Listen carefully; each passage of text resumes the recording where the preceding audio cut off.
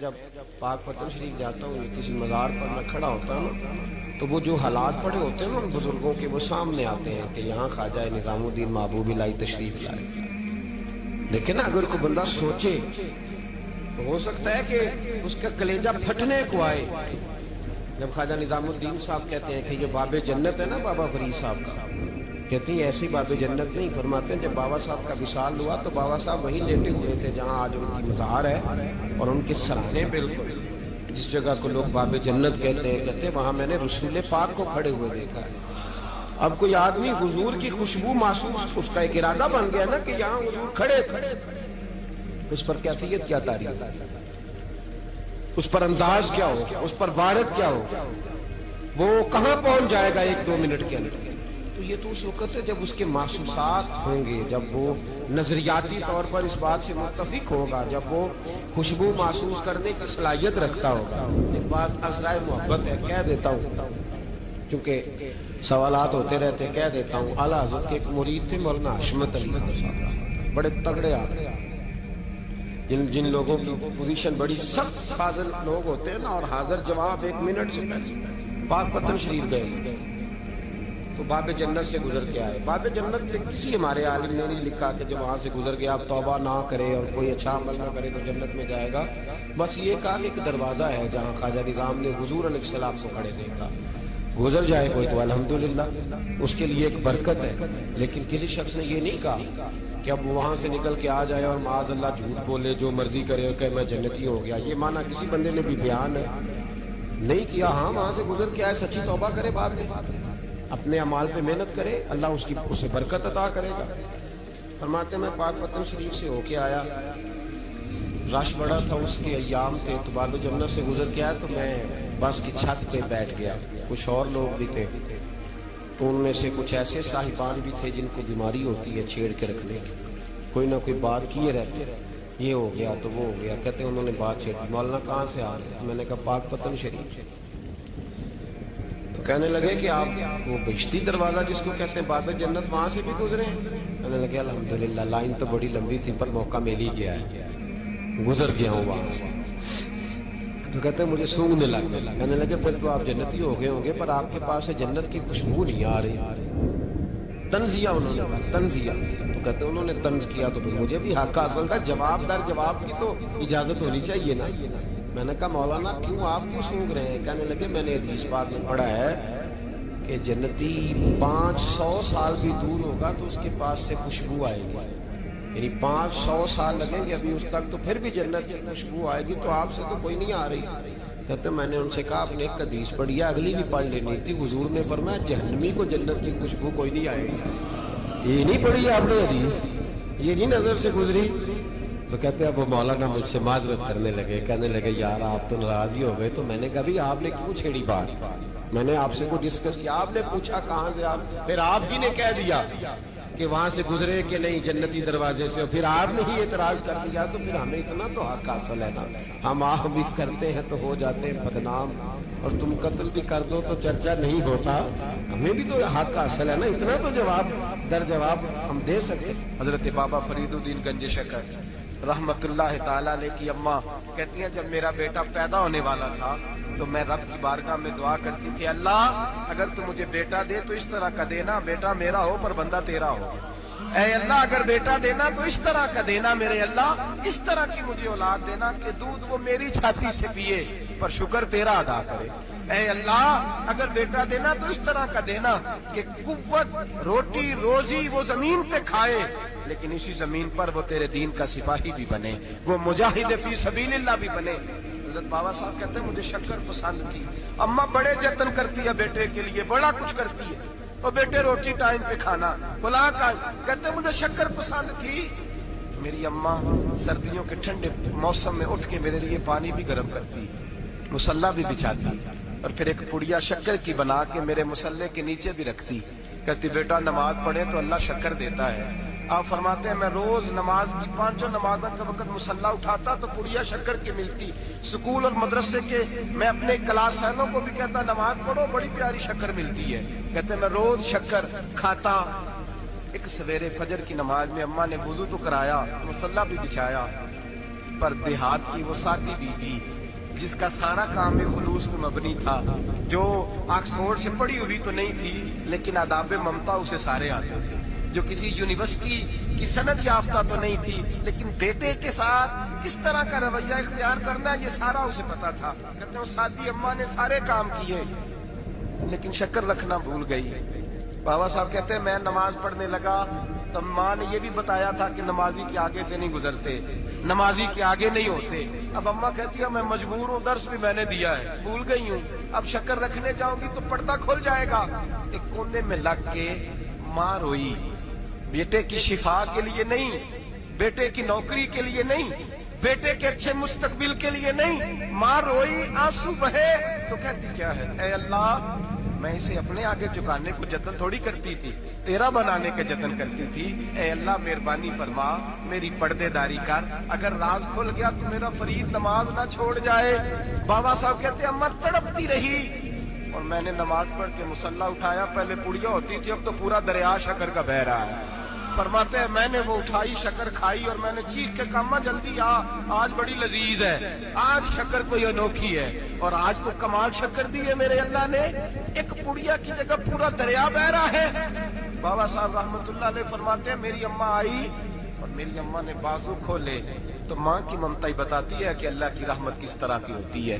کہتے ہیں میں نے اماں کے سینے سے لگا تو اماں رو کے کہنے لگی بیٹے پہلے میں شکر دیتی تھی، آج شکر بنانے والے نے شکر عطا فرمائی ہے۔ ساری زندگی پیشانی سے سجدے کا نور نہیں گیا، ساری زندگی وہ لذت عبادت نہیں گئی، اس لیے کہ استاد نے ڈنڈے سے نمازی نہیں بنایا تھا، اس لیے کہ پیر صاحب نے یہ کہہ کہ نمازی نہیں بنایا تھا کہ نماز پڑھو گے تو روٹی میں برکت ہو جائے گی، اس لیے کہ علامہ صاحب کا وہ بات سن کے ہم نمازی نہیں بنے تھے کہ اس نماز میں بتایا جاتا ہے کہ بیماریاں ختم ہو جائیں گی نماز پڑھنے سے۔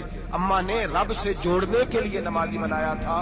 ساری زندگی بابا صاحب کہتے رہے اٹھ فریدا ستیا جھاڑو دے مسیح، چل ہن اٹھ فریدا ستیا جھاڑو دے مسیح، او تو ستا ہے رب جاگدا تیری ڈاڈے نال فرید۔ ساری زندگی نماز کی ٹریننگ دینا، اپنے بچوں کو اپنے رب سے جوڑنا، اپنے بچوں کو اللہ کے ساتھ ان کا تعلق بنانا، ان کو رب والا بنانا، انہیں رسول پاک کا غلام بنانا، یہ ڈیوٹی ہے ماں باپ کی۔ ایک بہت بڑے محدث ہیں، اتنے بڑے محدث ہیں کہ میرے نبی کریم کی مسجد نبوی میں وہ حدیث کے استاد رہے، حضرت ربیعہ بن عبد الرحمن، نبی پاک کی مسجد نبوی میں حدیث کے استاد، اور حضرت حسن بصری جو جناب علی کے شاگرد ہیں وہ بھی حضرت ربیعہ کے شاگرد ہیں، حضرت امام مالک جو 70 سال تک مدینہ اور مکہ میں حدیث پڑھاتے رہے وہ بھی حضرت ربیعہ کے شاگرد ہیں۔ ان کے والد کا نام تھا عبد الرحمن فروغ۔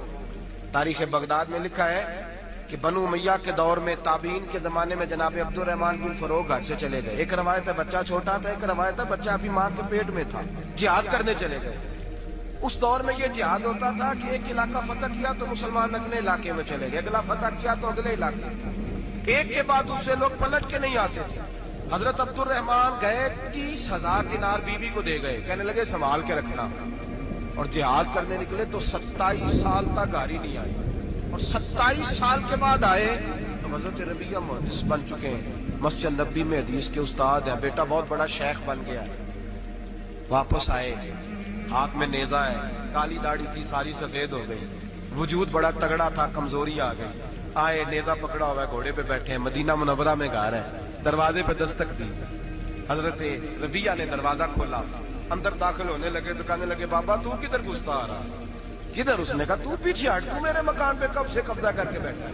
بات تیز ہونے لگی، آواز بڑی بزرگوں کی بلند ہونے لگی تو اندر سے زوجہ نے سن لیا، اور دروازے کی اوٹ سے دیکھنے لگی تو پہچان گئی، کہنے لگی ربیعہ پیچھے ہٹ جا، یہ کوئی غیر نہیں ہے، تیرے والد گرامی ہے، یہ تیرے والد ہیں۔ اندر آئے، باپ بیٹا ملے، عصر کی نماز کا وقت ہو گیا، بڑا روئے، 27 سال کے بعد باپ لوٹا، 27 سال کے بعد بڑے روئے۔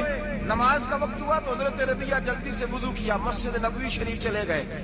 جناب عبد الرحمن فروغ نے ابھی کھانا وانا کھانا تھا، کھانا کھانے بیٹھے تو حکم دیکھے شوہر کیا کرتا ہے، یہ نہیں پوچھا کہ 27 سال حال کیا رہا، پوچھنے لگے میں تجھے 30,000 دینار دے گیا تھا وہ کدھر ہے؟ تو زوجہ کہنے لگی کھانا کھا لو، اصل کی نماز پڑھ کے آؤ پھر بتاتی ہوں پیسے کہاں ہیں، آپ کی رقم بڑی اچھی جگہ پہ محفوظ ہے۔ کہتے ہیں میں نماز پڑھنے مسجد گیا، اصل کی نماز کے بعد میرے نبی پاک کے منبر پر ایک نوجوان بیٹھا ہے، گھر میں تو ان کا انداز ٹوپی پہننے کا تھا نا، سادے عام لباس میں، مسجد نبی میں جبہ پہنا ہے، سر پہ امامہ ہے، خوبصورت لب و لہجے میں رسول اللہ کے ممبر پر بیٹھ کر، نبی پاک کے ممبر پر بیٹھ کر، پتہ نہیں آپ کو اس بات کی لذت نصیب ہو رہی ہے کہ نہیں، عام جگہ نہیں، نبی پاک کے حضور کے ممبر پر بیٹھ کر نبی پاک کی حدیثیں سنا رہے ہیں، اتنا بڑا مقدر۔ کہتے حضرت امام مالک جیسے لوگ، خواجہ حسن بصری جیسے لوگ کاغذ قلم لے کے حدیثوں کی سماعت کر رہے ہیں، ان سے درس لے رہے ہیں۔ جناب عبد الرحمان کہتے ہیں میری نظر اٹھی، کچھ بوڑھا ہو گیا تھا، کچھ اس وقت وہ ٹوپی میں سادے لباس میں تھے، پہچان نہ پایا، ایک شخص سے پوچھا یار ہے تو جوان پر اس کے چہرے کی نورانیت میرے دل کو بھا گئی ہے تو جوان پر اس کا حدیثیں بیان کرنے کا انداز میری طبیعت کو گھائل کر گیا، یہ کون ہے جو نبی پاک کی مسجد میں بیٹھ کے حدیثیں بیان کر رہا ہے؟ کہتے ہیں امام مالک کہنے لگے بابا جی چپ کر جاؤ، ہمارے استاد کے بارے میں اونچے لب و لہجے میں بات نہ کرنا، دیکھتے نہیں کتنے کتنے لوگ بیٹھے ہوئے خاموشی سے۔ تو میں نے کہا مجھے بھی تو بتا دو نا ہے کون؟ تو کہنے لگے کوئی عبد الرحمان فروغ نام کے بزرگ ہیں، یہ ان کے بیٹے ہیں، ربیہ نام ہے۔ کہتے ہیں جب لفظ کہے تو میرے آنسو چھلک کے باہر آئے اور میں حضور کی مسجد میں گر گیا اور رونے لگا کہ یہاں اور میرے رسول پاک سید عالم صلی اللہ علیہ وسلم کے منبر پر اور میرا بیٹا۔ میں تڑپ کے گھر گیا اور گھر جا کے میں نے اپنی بیوی کو جب دیکھا تو میرے آنسو نکل گئے، میری بیوی سمجھ گئی کہ یہ میرے محدث بیٹے کو دیکھ آیا ہے۔ کہتے ہیں بیوی رو کے کہنے لگی میں نے آپ کے 30,000 دینار آپ کے بیٹے کو مصطفیٰ کریم کی حدیث کا استاد بنانے میں خرچ کر دی، میں نے وہ 30,000 دینار خرچ کر دی ہیں، 30,000 دینار آپ کا بیٹا میں نے۔ تو کہتے ہیں میں اپنی بیوی کی طرف دیکھنے لگا، میں نے کہا قربان جاؤں، میں اگر اللہ کے دین کے رستے میں تھا تو نے میرے ساتھ نیکی کی ہے، میرا بیٹا بھی دین کے رستے پہ لگا دیا، میرے بھائی اللہ سے جوڑا، اللہ سے جوڑا ان لوگوں نے اپنی اولاد۔ بابا فرید الدین مسعود گنج شکر رحمت اللہ تعالیٰ علیہ کے ایک مرید تھے، بابا صاحب سے مرید ہوئے تو بابا صاحب فرمانے لگے ہاتھ مجھے دیا ہے تو میرا ہی رہنے دینا، اب جگہ جگہ نہ بھاگتے پھرنا، نوے نوے نہ یار بنائیے وانگ کمینے والوں کا، اب جگہ جگہ نہ گھومتے پھرنا۔ اس نے کہا حضور ٹھیک ہے صحیح ہو گیا، بس ہر آدمی کے لیے یہ حکم نہیں ہو جس رنگ میں یہ بات کر رہا ہوں اسی رنگ میں لینا، لوگ رنگ بھی بدل لیتے ہیں نا باتوں کا، جس رنگ میں بیان کر رہا ہوں نا باتیں نبھانے کی طرف بات کر رہا ہوں، ورنہ اللہ تبارک و تعالیٰ کا فضل ہے۔ میرے ایک دوست ہیں پیر صاحب، تو وہ مجھے کہنے لگے میں نے اپنے مریدوں کو کہا ہے کسی اور کی تقریر نہیں سننی، کسی اور کی محفل میں نہیں جانا، آپ نے بھی کہا ہے کہ نہیں کہا؟ میں چپ کر گیا، کہنے لگے آپ بولے نا کہا کہ نہیں کہا؟ پیار سے کر رہا ہوں، چلو بات آ گئی ہے تو آج کر دیتا ہوں، آپ پیار والے لوگ بیٹھے ہیں نا، کر لوں محبت والی بات۔ تو وہ مجھے کہنے لگے کہ آپ نے بھی کہا ہے کہ نہیں کہا؟ میں نے کہا آپ کو کیا ٹینشن ہے؟ کہنے لگے میں نے آپ کے 2-4 مرید فلاں جگہ بیٹھے ہوئے دیکھے ہیں۔ میں نے کہا میں نے نہیں کہا۔ کہنے لگے کیوں؟ میں نے کہا میرا تو دل کرتا ہے ان سے کہوں کہ ہر جگہ جاؤ، جگہ جگہ جاؤ، دیکھو ساڈے ورگا ملیا تو بہ دیا، جی نہ ملیا تو واپس آ جایا، ختم ہو گئی بات۔ اتنی کیا بات ہوئی کہ بندہ پنڈتے کرتا پھرے، کو مل گیا نا، خدا جانے بلندی ہے کہ پستی، پر جہاں میں ہوں وہاں کوئی نہیں ہے۔ ایسی کیا بات ہوئی؟ آپ جائیں جگہ جگہ جائیں، کو مل گیا تو یار ضرور بیٹھ جانا۔ وہ شاہ عبد العزیز دباغ رحمت اللہ تعالی علیہ کے پاس کچھ لوگ مرید ہونے آتے تھے تو فرمایا کرتے تھے بیٹا مہینہ 1.5 مہینہ رہو، کوئی چیز مل گئی تو رہنا، نہ ملی تو کہیں اور چلے جانا۔ آپ کو باندھ کے تھوڑا رکھنا ہے، اگر کسی کو کہیں اور سے خیر ملتی ہے تو ہمیں کیا اعتراض ہے؟ سمجھ آ رہی ہے میری بات کی؟ لیکن ایک بات ہے، وہ میرا دل کرتا ہے کر دوں، چلو پیار کی بات شروع ہو گئی ہے نا۔ کچھ بندے ایسے ہوتے ہیں جن کی ذمہ داری ہوتی ہے کہ بھئی تو نے نہیں کہیں اور جانا، ختم ہو گئی بات، تو ادھر ہی رہے۔ اس طرح کر کے نا اس پہلو میں بابا فرید صاحب نے کہا تھا اس مرید سے کہ ہاتھ مجھے دیا ہے تو اب جگہ جگہ نہ دیتے پھرنا۔ اس نے کہا حضور ختم ہو گئی بات، طے جو ہو گئی، بلے شاہ ادیو جانے، سانو اپنی توڑ نبھا لیں دے۔ کہا کہ کسی اب جگہ جگہ نہ دیتے پھرنا۔ تو وہ آدمی دریا کے کنارے کنارے چل رہا تھا، سادہ آدمی تھا، دیہاتی آدمی۔ یہ بہت پڑھے لکھے لوگ کئی دفعہ پوری باتیں نہیں مانتے، ناراض نہ ہو جانا پڑھے لکھے بندے، اور کئی میں نے ایسے دیکھے ہیں بیچارے بالکل ان پڑھ ہے پر جیسا کر کہہ دو نا ویسا کر جاتے ہیں۔ یہ پڑھے لکھے مجھ سے ناراض نہ ہو جائیں، چلو 2-4 ڈگریاں میرے پاس بھی ہیں، سمجھ لیں میری طرح کے پڑھے لکھے جلدی نہیں مانتے، اور کوئی سیدھے سادے وہ علم و بس کری ہو یار، ایک کوئی حرف تینوں درکار، ان کو جو کہہ دو جب کہہ دو وہاں اڑ جاتے ہیں سیدھے سادے جو اتنی بحث نہیں کرتے۔ وہ بابا صاحب کا مرید دریا کے کنارے کنارے جا رہا تھا تو پیر پھسلا تو دریا میں گر گیا، تیرنا بھی نہیں آتا۔ حضرت خضر علیہ السلام آئے، اللہ نے بندوبست کیا، آئے کہنے لگے ہاتھ دے تجھے باہر نکالو، کہنے لگے دے تو دیتا پر فرید الدین سے وعدہ کر آیا،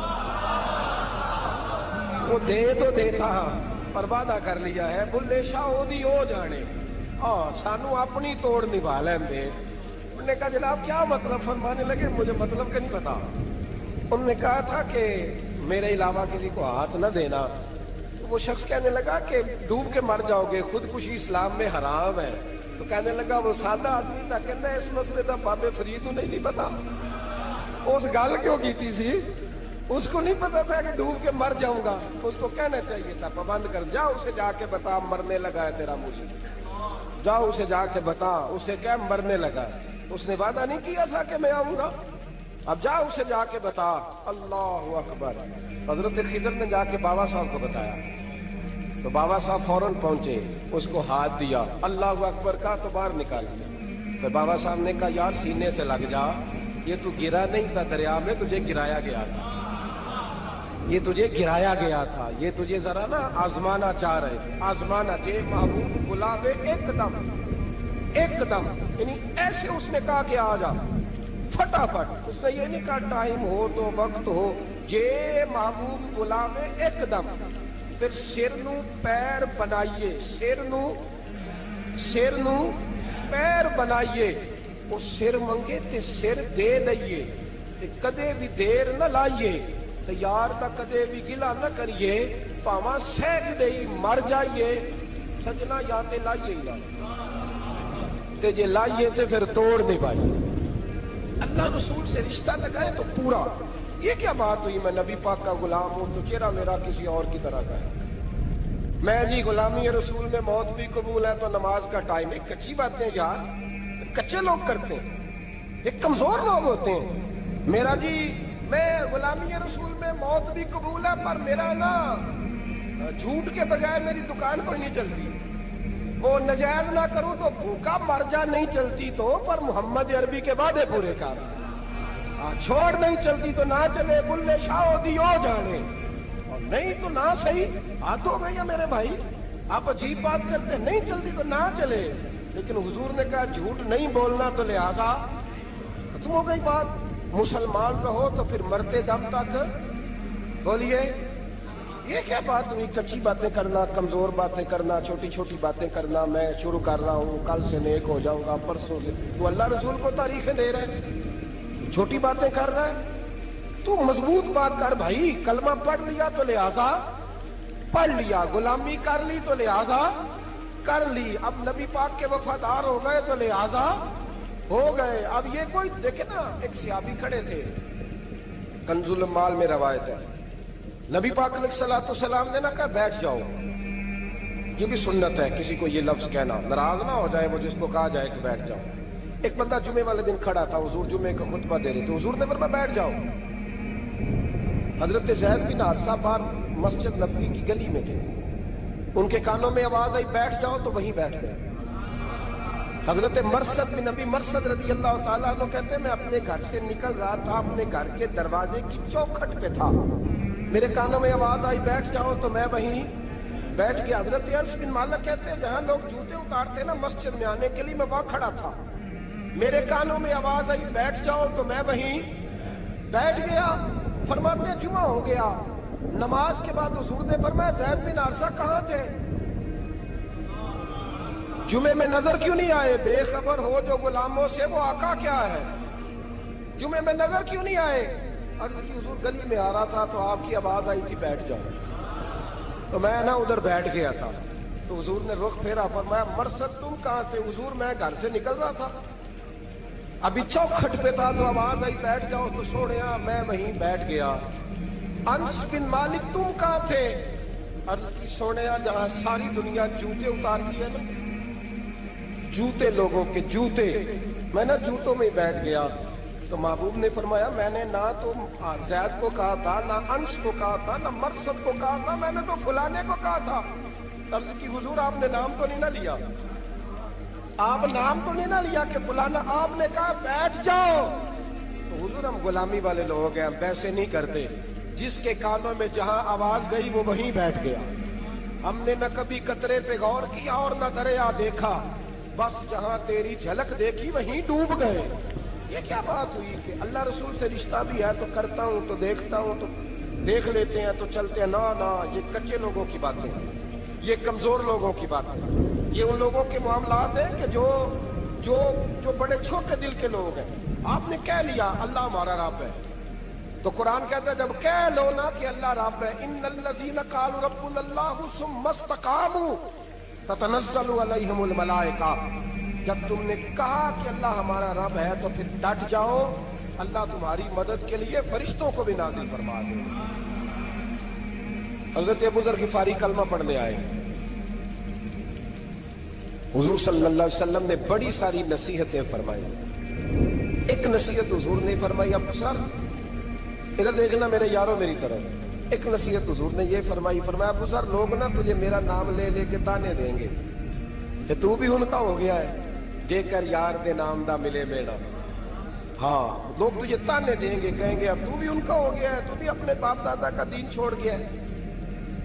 تو کہا کہ ملامت جب لوگ تجھے کرے نا تو ملامت کرنے والوں کی پرواہ نہ کرنا، تانا دینے والوں کی پرواہ. تانے بڑے مزیدار ہوتے ہیں، آپ یقین کریں، تانے بڑے مزیدار ہوتے ہیں، بڑے شاندار ہوتے ہیں تانے. اور ان میں نا کئی دفعہ بڑا چسکا ہوتا ہے. کبھی کبھی کچھ باتیں یاد آتی ہیں کہ فلاں بندے نے فلاں موقع پہ فلاں بات کی تھی، کبھی کبھی یاد آتی ہے اور دل بھی کرتا ہے اس کو یاد کرائے. پھر خیال آتا ہے کہ یہ بات نہ کرتا تو شاید اللہ اتنا اونچا اڑنے کا موقع ہی نہ دیتا. تم بھی یہ بات مخالف سے نہ گھبرا اے عقاب، یہ تو چلتی ہے تجھے اونچا اڑانے کے لیے. تو نبی کریم علیہ السلام نے کہا ابو ذر ذرا غور کیجئے گا بات کا، لوگ نا تجھے اب تانا دیں گے، برا کہیں گے. اب تو جو دین قبول نماز پڑھتا ہے لوگ شاباش دیتے ہیں، تبلیغ کرتا ہے لوگ. اس زمانے میں تو تانے ملتے تھے، لوگ تانے دیں گے، ذرا خیال کرنا. کہا یا رسول اللہ بس وعدہ ہو گیا، دے لے جس نے جتنا تانا دینا دے لے، ختم ہو گئی بات. حضرت ابو ذر نا یہ اس وقت صحابہ چھپ چھپ کے نمازیں پڑھتے تھے حضرت زید بن ارقم کے گھر میں، دار ارقم. وہاں سے باہر نکلنے لگے نا کلمہ پڑھ کے حضور سے وعدہ کر کے، تو دروازے پہ گئے تو ایک صحابی نے کہا کہ ابو ذر ابھی باہر جا کے بتانا نا کہ میں مسلمان ہو گیا. ایک تو لوگ تمہیں تانے دیں گے اور دوسرا ہو سکتا ہے مارے بھی. باہر جا کے بتانا نا ورنہ لوگ نا برا کہیں گے. تو حضرت ابو ذر غفاری نے غور سے اس صحابی کا چہرہ دیکھا اور کہنے لگے مشورہ آپ کا ٹھیک ہے پر میں نے ماننا کوئی نہیں. مشورہ آپ کا ٹھیک ہے پر میں کوئی نہیں مانوں گا. کہا کیوں؟ فرمانے لگے میں نے ابھی نبی کریم سے وعدہ کیا ہے کہ میں کسی کی پرواہ میں نہیں پرواہ کروں گا کسی کی. ختم ہو گئی بات. مارے جس نے مارنا ہے، دے تانا جس نے دینا ہے، ابھی تو وعدہ کیا. یہ کیا بات ہوئی کہ لوگ کہیں گے تو مولوی ہو گیا، لوگ کہیں گے تو غلام ہو گیا، لوگ کہیں گے تو دنیا دار ہو گیا. وہ جی بچے کی شادی پر بینڈ باجا نہ بجایا تو دنیا تانے دے گی. دنیا کون ہوتی ہے؟ کبھی آپ نے یہ سوچا ہے کہ آپ نے دو شخصیتوں کو بیچ میں رکھا تو آپ نے وزن کس کا کیا؟ ایک طرف دنیا، دوسری طرف اللہ رسول کا دین. کبھی سوچا آپ نے کہ وزن کس کا نکلتا ہے؟ اہمیت کس کو دیتے ہو؟ کبھی سوچا ہے؟ غور کیا ہے؟ خدا کے بندو سوچو تو صحیح. ایک طرف دنیا کو رکھا، دوسری طرف اللہ رسول کا دین، اور پھر کہا جی دنیا نہیں مانی تو لہذا میں نے دین پہ عمل نہیں کیا. پتہ ہے آپ نے کیا کیا ہے؟ اللہ قرآن میں کہتا ہے لوگوں نے قدر نہیں کی اپنے رب کی جیسی کہ قدر کرنی چاہیے. عجیب معاملہ ہے نا یار. نبی کریم صلی اللہ تعالی علیہ وآلہ وسلم کہ جو مدینے کے لوگ تھے نا، انہوں نے بڑی قربانیاں دی تھی، اپنی جگہ دی شہر میں. یہ مدینہ وہ واحد شہر ہے جو بغیر تلوار کے فتح ہوا. مدینے والوں نے کوئی بحث نہیں کی، انہوں نے گردنیں سیدھی سیدھی حضور کے قدموں پہ رکھ دی. مدینے والوں نے بڑی قربانیاں دی. مکے والے بعد میں مسلمان ہوئے فتح مکہ کے بعد. فتح مکہ کے بعد نا ایک جنگ اور ہوئی، ایک جہاد اور ہوا، تو وہاں سے بہت سارا مال غنیمت آیا، بہت سارا مال غنیمت آیا۔ اسلام میں حکم ہے کہ جو آدمی نیا نیا کلمہ پڑھتا تھا نا تو اس کے رشتہ دار اسے چھوڑ دیتے تھے، تعلق ٹوٹ جاتا تھا، تو پھر حکم دیا گیا کہ تالیف قلب کرو، مؤلفۃ القلوب ایک پورا عنوان ہے، ان کو مال دو تاکہ وہ گھر بنا لیں، کاروبار کر لیں۔ تو نبی کریم علیہ السلام نے نا جن لوگوں نے مکے میں تازہ کلمہ پڑھا تھا نا ان کو ذرا مال زیادہ دیا، یہ بخاری مسلم ہے، حضور نے ان کو زیادہ پیسے دیے۔ مدینے کے جو نوجوان قسم کے لڑکے تھے نا چند، ان میں سے ایک دو نے کہا کہ حضور کے وہ رشتہ دار ہیں نا قریبی، تو رشتہ داروں سے پیار کرنے کا حضور حکم بھی دیتے ہیں، اس لیے نبی پاک نے ذرا توجہ زیادہ فرمائی ہے، وہ بھی عذرائے محبت۔ جیسے بندہ کہہ دیتا ہے نا کہ ماشاءاللہ آپ تو اپنا بیٹا مل گیا ہے، ماشاءاللہ بھائی بھائی بیٹھے ہو آپ مل کے، اس طرح عذرائے، سمجھ آ رہی ہے میری بات کی؟ جن لفظوں میں بات بیان کر رہا ہوں ان لفظوں میں سمجھیے گا، محبت کے ساتھ کہا کہ وہ اپنے ہیں نا حضور کے، اس لیے حضور کا دل چاہا ہے، حضور حکم دیتے ہیں کہ اپنوں سے صلہ رحمی کرو، اس لیے نبی پاک نے زیادہ دیا۔ بس وہ ایک آدھ آدمی نے بات کر دی تو بات چلنے لگی، چلتے چلتے چلتے چلتے نہ وہ بات میرے محبوب تک بھی پہنچ گئی۔ ترکی خیمے میں حضور بیٹھے تھے تو نبی کریم علیہ الصلوۃ والسلام نے فرمایا بھائی اس طرح کرو، مکے والا کوئی بندہ نہ آئے، صرف مدینے والوں کو بلاؤ، صرف نام لے مدینے والوں کا، صرف جی صرف مدینے والوں کو بلاؤ، فقط ان سے بات کرو۔ مدینے کے لوگ آ گئے، اللہ کے حبیب نے گفتگو شروع کی، بات پہلے بھی ہوتی تھی پر آج رنگ نرالا تھا۔ نبی کریم علیہ الصلوۃ والسلام فرمانے لگے مدینے والوں، میں نے یہ بات سنی ہے کہ تم نے کہا ہے کہ حضور اب صلہ رحمی کی وجہ سے ان کو زیادہ نوازنے لگے ہیں۔ عرض کی یا رسول اللہ وہ ایک آدھ نوجوان نے بات کیا، وہ ہماری مشترکہ رائے نہیں۔ حضور علیہ الصلوۃ والسلام آج بات کرنے لگے تو آج جذبات کا رنگ نرالا تھا۔ محبوب فرمانے لگے تم کہو یا رسول اللہ مکے والوں نے تو آپ کو تکلیف دی تھی، مجبور کیا تھا مکہ چھوڑنے پہ، ہم نے پناہ دی تھی، آپ ہم نے جگہ دی تھی، اپنا شہر پیش کیا، کہو۔ مدینے کے لوگ رونے لگے، عرض کرنے لگے حضور ہم کون ہوتے ہیں اللہ کے نبی کے لیے کوئی چیز دینے والے، تو اللہ رسول کا احسان ہے کہ آپ یہاں آئے۔